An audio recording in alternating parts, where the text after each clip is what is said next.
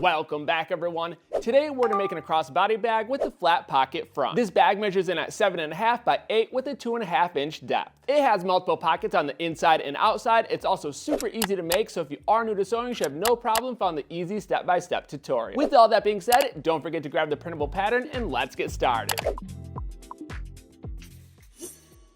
Getting started with supplies, you need a half yard for your main fabric, and I recommend using a canvas, denim, or twill. These are all super durable fabrics and they're easy to work with. I'm actually going to be switching it up and upcycling my fabric from a pair of pants. It's a nice denim that doesn't have a lot of stretch. If you are going this route, just make sure your denim doesn't have a ton of stretch because that can get pretty tricky to work with. But like always, get creative, test different fabrics, and find something that's going to work with your project. You'll need a half yard for your secondary fabric, and this is going to be for the lining on the inside of the bag. It's best to go with a lighter weight fabric like a lightweight cotton, polyester, or even a nylon. Because once you start stacking all these layers together, it can get pretty bulky and hard to put the bias tape on in later steps. And I'm just using a lightweight cotton that you can get at most fabric stores. You'll need 2 zippers, one 15-inch and one 11-inch. And these don't have to be exact to size because we're actually going to be sewing them on and trimming the ends. So as long as it's 15 or over and 11 or over, you're good to go. And we'll get more into that once we start installing the zippers. You'll need 1.5 yards of webbing or strap material. We'll be using this for the shoulder strap and also to hold the D-rings. For the width of the webbing, it really comes down to preference. You can go from 1 inch all the way up to 2 inch. Going along with that webbing, you'll need 2 D-rings, 1 strap slider, and 2 lobster clasps. You also have a lot of options when it comes to the hardware. For this project, I'm using a fancy style hardware that has snakes on the lobster clasp and D-rings. The biggest thing to keep in mind is that the width of your hardware should match the width of your webbing. I'll be using 1.5 inch width webbing, so I'm using 1.5 inch width hardware.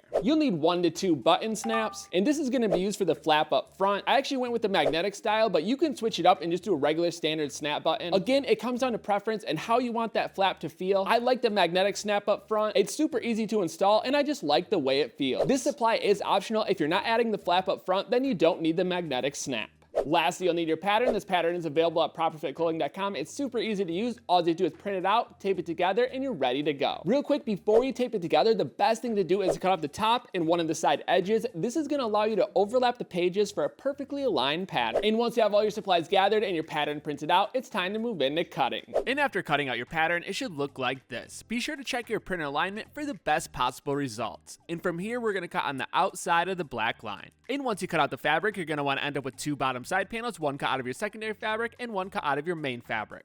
4 zipper side panels, 2 cut out of your secondary fabric and 2 cut out of your main fabric. 2 flat panels, both cut out of your main fabric. 2 front pocket side panels, both cut out of your main fabric. 1 front pocket middle panel, cut out of your main fabric. 1 front pocket lining panel, cut out of your secondary fabric. 2 back pocket top panels, 1 cut out of your secondary fabric and 1 cut out of your main fabric. 2 back pocket bottom panels, 1 cut out of your secondary fabric and 1 cut out of your main fabric. 2 inside pocket panels, both cut out of your secondary fabric. And lastly, 3 front main panels, 2 cut out of your secondary fabric and 1 cut out of your main fabric. Now that we have all the pieces cut, we're going to move on to assembly. So grab the inside pocket panels, separate the 2 layers, and for this panel, you can actually make 1 or 2. This is going to be the inside pocket, so you can either have 1 or 2 inside pockets. Using the pattern, locate the fold hem guide, and this is going to be the edge that we're going to roll over twice. Each roll is a 1/2 inch, so start by rolling the edge over 1/2 inch and then roll it over 1 more 1/2 inch. Depending on your fabric, you can either press it down or place a few pins. Once you're ready, take it to your sewing machine and place a stitch directly in the center of the hem. If you want to make it look fancy, you could use a decorative stitch or you could add 1 more stitch for a double stitch effect. Now these are going on the inside of the bag as divider pockets, and if you want, you can make more of these in different heights for optimal organization. But other than that, the inside pockets are complete, so for the moment we can place them off to the side. And grab the back pocket top panels. Separate the 2 fabrics with right sides facing up, and grab your 11-inch zipper. Now remember, the zipper doesn't have to be exactly 11 inches, it just has to be longer than the width of the panels. Because after we sew it on, we'll be snipping the ends. Using the pattern, locate the zipper edge, and this is going to be where we place the zipper. Place the right side of the zipper to the right side of the main fabric and the right side of the secondary fabric to the wrong side of the zipper. Line up the outside edges of the 2 panels, place a few pins, and stitch the zipper edge at a 1/4 inch seam allowance. Now it's very important you sew at exactly a 1/4 inch seam allowance so everything lines up in future steps. Flip the wrong side together, lining up the top edge, and place a few pins. With the top panel out of the way, we can grab the back pocket bottom panel. Separate the 2 fabrics with right sides facing up. Using the pattern, locate the zipper edge, and it's going to be the edge opposite of the rounded corners. Place the right side of the zipper to the right side of the main fabric and the right side of the secondary fabric to the wrong side of the zipper. Line up the side side edges for the top and bottom panels, place a few pins and stitch the zipper edge at a 1/4 inch seam allowance. Flip the wrong side together, lining up the bottom edge and place a few pins. This next step is optional, but it does make for a nice professional finish. We'll be adding top stitching along both sides of the zipper. Once you have the outside edges of the panels lined up and pinned down, take it to your sewing machine and add your top stitch. And I do recommend matching your thread color to your fabric color to hide any small imperfections. If everything was sewn correctly at a 1/4 inch seam allowance, then it should line up perfectly with the main front panel. And it's best to grab the pattern, line it up with the back assembly just to double check. Because if it's not the exact size, then it's not going to line up with the circumference of the side panel in future steps. So it's something you want to catch now before moving on, because you can always de-thread the top panel, readjust it, restitch it, and you're good to go. But once you're happy with the back assembly, grab the main front panels. For this next step, we only need one of the secondary fabric panels, so we can place the other two off to the side. Flip the back assembly around to the secondary fabric side. Place the front main panel directly on top with right sides facing up. Before we stitch these panels together, you're going to want to move your zipper train to the inside of the panel. Line up all the layers, place a few pins, flip it back around to the secondary fabric side, and grab one of your inside pocket panels. And we're going to line it up along the bottom edge with the right side facing up. If you plan on adding more pockets, you can add them at this time. Double check to make sure all the layers are lined up and pinned down, take it to your sewing machine, and then we're going to add a stitch on top, the side, the bottom, and the other side. I'm not sewing all the way around, we're just trying to lock these layers together so it's easier to attach to the side panel in future steps. And we're sewing as close to the outside edge as possible. Now that we have all the layers locked together, we can clean up the zipper a little bit and trim it about a 1/4 inch away from the outside edge. You want to leave a little bit so when you attach the side panel, the zipper doesn't slip out, and then after we attach the side panel, we can finish up trimming the zipper. But other than that, the back assembly is complete, so for the moment, we can place it off to the side and grab the zipper side panels. Separate the two fabrics with right sides facing up. For this first step, we only need one of each, so we can place one secondary and one main fabric off to the side. Grab your 15-inch zipper, and again, the zipper doesn't have to be exactly 15 inches, it just has to be longer than the width of the panels. Using the pattern, locate the zipper edge, and this is where we're going to place the zipper. So place the right side of the zipper to the right side of the main fabric, and the right side of the secondary fabric to the wrong side of the zipper. Line up the side edges, place a few pins, and stitch at a 1/4 inch seam allowance. Flip the wrong side together, lining up the top edge, and place a few pins. With the first zipper panel sewn on and out of the way, we can grab the second set of zipper panels and attach them to the opposite side. Place the right side together, sandwiching the zipper in between both of the panels, place a few pins, and stitch at a 1/4 inch seam allowance. Flip the wrong side together, lining up the bottom edge, and place a few pins. Once you have all the layers lined up and pinned down, take it to your sewing machine and add a top stitch on both sides of the zipper. And since these zipper panels are super narrow, you're going to want to check both sides to make sure everything stayed lined up. If everything is looking good, we can move on to the next step, so grab the bottom side panel. And what I like to do before I start sewing is take the pattern and place it over top of the zipper assembly to see if I sewed the zipper assembly correctly. And if you sewed it correctly, it should be the same height as the pattern. If it's off just a little bit, you can always trim it to match. Next, we're going to use the pattern and locate the webbing D-ring placement guides. And it's just in the center of the pattern, so we can also use the zipper as a reference. Cut two 4 to 5 inch strips of 1-inch webbing and grab 2 of your 1-inch D-rings. If you're using larger webbing, then you're going to want to use larger hardware. Feed the webbing through the D-ring and place it in the webbing placement area. And remember to move the zipper train before you place both sides. Now you can play around with the webbing length. If you don't want it as noticeable, you can move the D-ring closer to the outside edge. Just make sure you have about a 1/2 inch of webbing hanging past the outside edge. From here, we can grab the main fabric bottom side panel laid over top with right sides together. Place the secondary fabric on the opposite side with right sides together. Grab the opposite side of the bottom side panel and line it up with the opposite side of the zipper assembly. Place a few pins so the side edges are perfectly lined up. Take it to your sewing machine and stitch out exactly a 1/4 inch seam allowance. And again, it's very important to sew at a 1/4 inch seam allowance, or else it's not going to line up with the front and back assembly in future steps. So quickly double check that before moving on. If everything is looking good, we can trim the zipper and webbing flush with the seam allowance. Now we can flip the right sides out and pull the bottom side panels away from the zipper panels. We're going to be adding a top stitch, so we want these two sides separated. Once you have them separated, place a few pins and add your top stitch on the bottom panel side. This seam can be pretty bulky, so take your time sewing over the zipper and webbing. It also helps to use a heavyweight needle. Do one last look around the side panel assembly, make sure all the layers are stitched together and the top stitching is looking good. If everything checks out, the side panel assembly is complete, so for the moment we can place it off to the side and grab the flat pocket panel. Separate the two layers and then place the wrong sides together. Now there's a few different ways you can make the flat panel, and the first way, we're going to be using double fold bias tape and going around the outside edge. And we're only going to be going around the sides and bottom, leaving the top edge unbias taped. If you don't want to do the bias tape technique, you can skip ahead. I'm also going to be walking you through a few different techniques you can use to add the bias tape, whether you're a beginner or advanced. The first method is using a bias tape making kit. In this technique, you make your own double-sided bias tape to the size and fabric you want to use. All you do is cut your strips, feed it through your folder, and press it when it comes out the folder. It's very easy to do, and you get to customize the bias tape to your exact measurements. The second technique is using a double fold bias tape binder. This is the most efficient technique. You cut your strips, feed it through your binder, and sew it directly to your raw edge.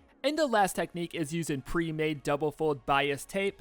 You are limited to colors, but it's very easy to use. You fold it over the edge and stitch it down. And you want to make sure you apply it all the way around the outside edge. And I'm using the bias tape attachment. This is a great way to go if you plan on making a lot of bags. It gives me perfect bias tape every time, and then I also get to match the fabric on the inside so it looks very nice. And I know this look isn't for everyone, so I'm going to show you a second way to do it that doesn't require bias tape. Take the two flat panels and place the right sides together. Once you have the outside edges lined up, we're going to stitch just the side and bottom edges at a 1/4 inch seam allowance, flip the right sides out, and then add a top stitch. Since we're sewing, this is going to reduce the overall width of the flat panel, but it's going to give you nice clean edges and also provide a different look. Both techniques work great. It really just comes down to preference and what style you like best. At this point, the flat panel is complete other than adding the magnetic or regular button snap. You can choose to add it at this point, but I'm actually going to wait till we assemble the bag to add the magnetic snap. I find waiting is an easier way to get it perfectly lined up, so we'll be adding this in later steps. Other than that, the flat panels are complete, so we can place them off to the side. And grab the front pocket middle panel and the front pocket bottom panel. Using the pattern, locate the sew guide on the side edges, and this is where we're going to be lining up the panels. So take the front pocket side panels, line them up on the edges with right sides together. If you're having an issue, just remember the curved corners are not going to be within this stitch. Once you have both side panels lined up along the edge and pinned down, take it to your sewing machine and stitch at a 1/4 inch seam allowance. For this panel, we're not going to be top stitching those seams, we're going to be doing it a little bit different. So open up the full panel with right sides facing up, locate the seam allowance, and point it towards the inside middle panel. Move the entire seam under along with the side panel. We're treating it similar to a top stitch, but we're actually moving those side panels under the middle panel a lot more than a standard top stitch. Grab the front pocket lining panel, and what we're going to do is match the width of our new pocket assembly to our pocket lining panel. As you can see, our main fabric assembly is a lot wider than our lining panel, so we're going to move those side edges under the middle panel so it lines up perfectly with the lining panel. Place a pin at the top and bottom of each seam, and we're not going to be adding a top stitch on that seam, we're just going to be adding a tack stitch at the top and the bottom right along the edge, locking the folded layers down. And the reason we did this is to give us a little bit of bulk within that front pocket, so it's not just a flat pocket, it has a little bit of depth, so we can fit larger items in it without smashing the items. With the main fabric portion complete, we can grab the front pocket lining panel. Using the pattern, locate the top edge, and this is going to be the edge we're stitching to our main fabric assembly. Place the right sides together, lining up the top edge, and then we're going to stitch just that top edge at a 1/4 inch seam allowance. After sewing, flip the wrong sides together, lining up the outside edges and the top edge. And along that top edge, you want the fabric to be even on both sides. Once you have it lined up, place a few pins and add a top stitch along that top edge. And going over that middle section, it can be pretty bulky, so just take your time and try to make it as neat as possible. This pocket assembly also has a button snap guide, but we're not going to be adding it at this point because there's two different ways you can add the buttons. If you're using the flap, you don't need to use this button, but if you're making your bag without the flap, then you'll need this button, and we'll get more into that once we start adding the magnets. And again, I like to place mine at the end. It's a lot easier to line everything up. But anyways, the front pocket assembly is complete, so for the moment we can place it off to the side. And grab the remaining front panels. You should have one secondary fabric layer and one main fabric layer. Place the main fabric on the secondary fabric layer with wrong sides together. Line up the outside edges, and then we're going to grab the complete front pocket assembly from the previous step, line it up along the bottom edge, along with the complete flat panel, and line it up along the top edge. The flat panel is actually going to hang over the top edge about a 1/4 inch. As you can see, the flat panel is fairly close to the same width as the main panel. It's a little bit shorter, so you want to make sure you have it perfectly centered. Pin all the layers together, then we're going to stitch the top edge, the sides, and the bottom, locking all these layers together, and we're stitching as close as we can to the side edge. This is another stitch that we're just bringing these layers together into one. The flat panel should be hanging off the top edge. That's totally fine for now. You don't need to trim it yet. Let's wait to install it, and then we'll trim it down flush in later steps. And as you can see, you can really play around with the height of the flat panel. If you want it taller, you could have made it taller and have it go closer to the bottom of the bag, or you can make it cut shorter and have it go closer to the top of the bag. The flat panel is also optional, so if you don't want the flap, you don't have to add it at all. If you did already add it, you can de-thread it and just put it off to the side. But anyways, moving on, next we can grab the side panel assembly, mark the centers on the zipper and the side panel side, along with the centers on the top and bottom edge of the front panel assembly. With the centers marked, we can place the right sides together. Make sure the zipper is at the top end of the front panel assembly, and if everything was sewn correctly in the previous steps, then the circumference of the side panel assembly should match the outside edge of the main panel assembly. The corners can be a little bit tricky, so place pins all the way around the outside edge, and then we're going to take it to the sewing machine and stitch at a 1/4 inch seam allowance. Depending on your sewing machine settings, these two layers will want to become offset as you're sewing, so you want to keep an eye on that so they stay lined up. After finishing up the stitch, double check both sides, make sure all the layers got stitched together, and I like to check from the right side and the wrong side. If there's a small error, area where you missed a portion of the layers, you can always go back and spot stitch so you don't have to de-thread the entire thing. And like I said, you have to sew all the way around those corners or else that side panel is not going to line up perfectly with the front panel assembly. If everything is looking good, we can move on to the next step and grab the back panel assembly. Just like in the previous steps, we're going to mark the center at the top and the bottom edge and place the right sides together. Place pins all the way around that outside edge so the layers don't shift around as you're sewing. Take it to your sewing machine and stitch at a 1/4 inch seam allowance. And I found the more pins you place, the less likely those layers will move and become offset. Now we can grab the second inside pocket panel, line it up along the bottom edge, and we're just going to stitch directly on the seam allowance. I like to add this one after just because there's so many layers already stacked up on the front panel that it's easier to add it after. But if you want to save yourself a step, you can add it before you sew the side panel onto the front panel. And again, before moving on, you're going to want to quickly look at the right side just to make sure all those layers got stitched together. If you missed a small area, you can always go back and spot stitch. If everything is looking good, you can trim the zipper ends flush with the seam allowance, flip it over to the front side, and trim that flap flush with the seam allowance. Same goes for anything else sticking past the seam allowance on both sides. This next step is optional, but I highly recommend it. We're going to be adding double fold bias tape to both of those seams to cover up the raw edges on the inside of the bag.